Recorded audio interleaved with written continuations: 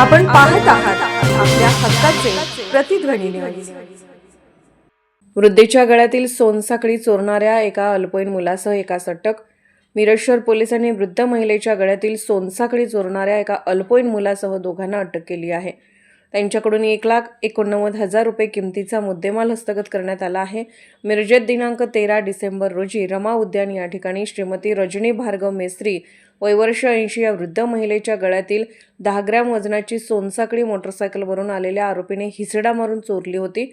याबाबत त्यांचा मुलगा विजय मेस्त्री यांनी मिरज शहर पोलिसात तक्रार दिली होती।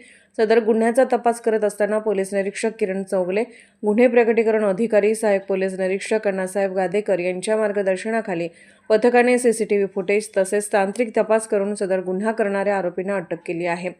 प्रतीक प्रदीप पाटील वय वर्ष 32 राहणार स्वराज्य रेसिडेन्सी मालगाव रोड मिरज व मंथन गंगाराम कुंडेकर वय 18 राहणार दत्त कॉलनी मालगाव रोड मिरज यांच्यासह एका अल्पवयीन बालकांना पोलिसांनी अटक केली आहे।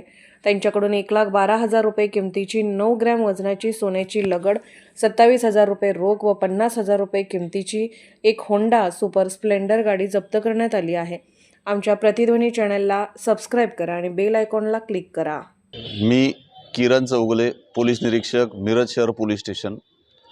दिनांक 13/12/2025 रोजी दुपारी 15:40 वाजताच्या दरम्यान एका महिलेच्या गळ्यातील एका अनोळखी मुलानं चेन स्नॅचिंग केली होती आणि त्याच्या लक्ष्मीहार निम्मा तोडून घेऊन गेले होते। तर त्याबाबत आमच्या डीबी टीम आणि डीबी टीमचे ए.पी.आय. गादेकर साहेब, संपूर्ण डीबी टीम यांनी काम करून 20 तासाच्या आत आरोपी निष्पन्न केला।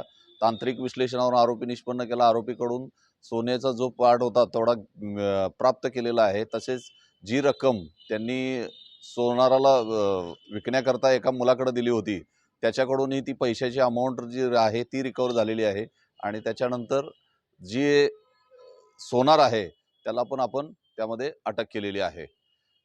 अशा प्रकारे 20 तासाच्या आत या गुन्ह्याचा छडा लावून आरोपी निष्पन्न करून एक विधी संघर्ष बालकाला ताब्यात घेतलेला आहे।